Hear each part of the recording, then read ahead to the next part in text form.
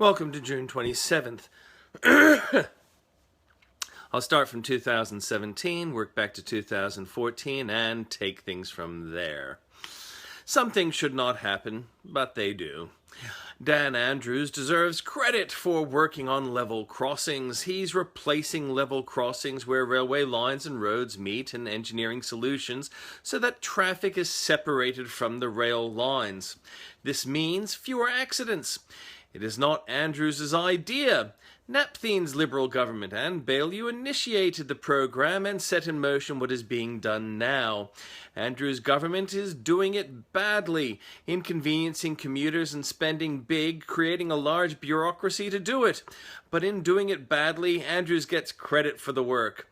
But giving Andrews credit overstates the achievement. Victoria is suffering because of bad decisions Andrews has made.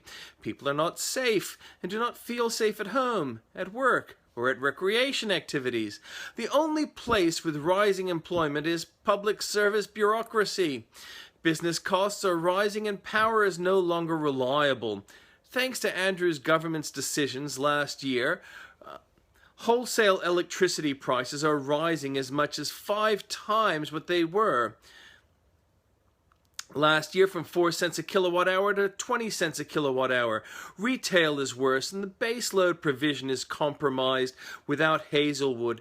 Yet the Andrews government has banned exploration or development of reserves, so that once Victoria had the world's cheapest supply, which she could export, now she must import expensive power, and the results will be loss of business and a high opportunity cost loss to Victoria's economy. Jeff Kennett spoke at the Olympic Hotel Silver Room today at a business function led by Craig Andarchi, Shadow Minister for Industry in Victoria. Kennett raised the above issues but also praised Matthew Guy for getting together teams committed to rebuilding Victoria. It is hard to get a team together in opposition. One cannot pay essential personnel for their work. Andarchi is doing magnificent work in preparation for a possible Liberal win in Victoria at the end of 2018. The Liberals under Matthew Guy will have policies and plans in place to hit the ground running so that Victorians can feel safer everywhere, so that Victorians can work and profit from working, so that energy can once again be locally sourced, cheap and abundant. Craig Andarchi took time out to endorse one of my books. Thank you, Craig. 1556, the 13 Stratford martyrs were burned at the stake near London for their Protestant beliefs.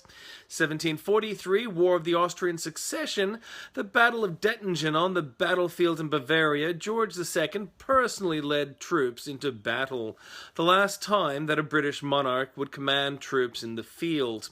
1759, General James Wolfe began the siege of Quebec and in 1905, battleship Potemkin uprising sailors started a mutiny aboard the battleship Potemkin, denouncing the crimes of autocracy, demanding liberty and an end to war.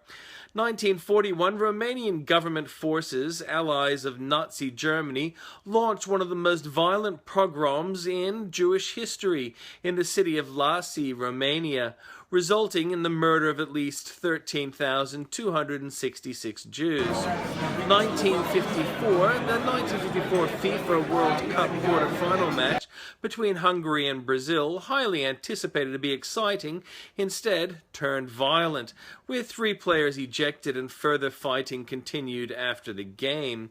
1974, U.S. President Richard Nixon visited the Soviet Union. In 1976, Air France flight 139 Tel Aviv, Athens, Paris was hijacked en route to Paris by the PLO and redirected to Entebbe, Uganda. In 1980, Italian aeroline Itavia Flight 870 mysteriously exploded in midair while en route from Bologna to Palermo, killing all 81 on board, also known in Italy as the Ustica disaster. 1981, the Central Committee of the Communist Party of China issued its resolution on certain questions in the history of our party since the founding of the People's Republic of China, laying the blame of the Cultural Revolution on Mao Zedong, who was dead.